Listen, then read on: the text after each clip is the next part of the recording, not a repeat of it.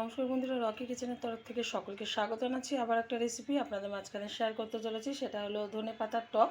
তাহলে চলুন দেখে নেওয়া যাক আজকের রেসিপি। একটা মিক্সি জারের মধ্যে নিয়ে নিয়েছি আমি কিছুটা ধনে পাতা কুচি, এটা ভালো করে ধুয়ে পরিষ্কার করে নিয়েছি।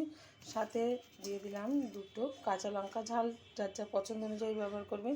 দিয়ে দিচ্ছি খুব সামান্য পরিমাণে একটু লবণ, দিয়ে দেবো সামান্য পরিমাণে সর্ষের তেল, আর দিয়ে দেবো যেহেতু টক ধনে পাতার, সেই কারণে একটু লেবুর রস আমি ব্যবহার করছি। অতিরিক্ত হলে কিন্তু ভালো লাগবে না। এখন এটা ভালোভাবে মিক্সিতে পেস্ট করে নেব। মিক্সিতে ভালোভাবে পেস্ট করে নিয়েছি, এই যে খুব সুন্দরভাবে কিন্তু পেস্ট হয়ে গেছে। এখন আমি একটা পাত্রে ঢেলে দেবো আর গরম গরম ভাতের সাথে সার্ভ করব। তার আগে বলি, আমার রেসিপি যদি আপনাদের ভালো লেগে থাকে আপনারা অবশ্যই আমার চ্যানেলটিকে সাবস্ক্রাইব করবেন, লাইক করবেন, শেয়ার করবেন। আর এরকমভাবে ধনে পাতার টক গরম গরম ভাতের সাথে খেয়ে দেখবেন, আশা করি ভীষণ ভালো লাগবে। দেখা হবে পরের ভিডিওতে নতুন কোনো রেসিপি নিয়ে। ধন্যবাদ।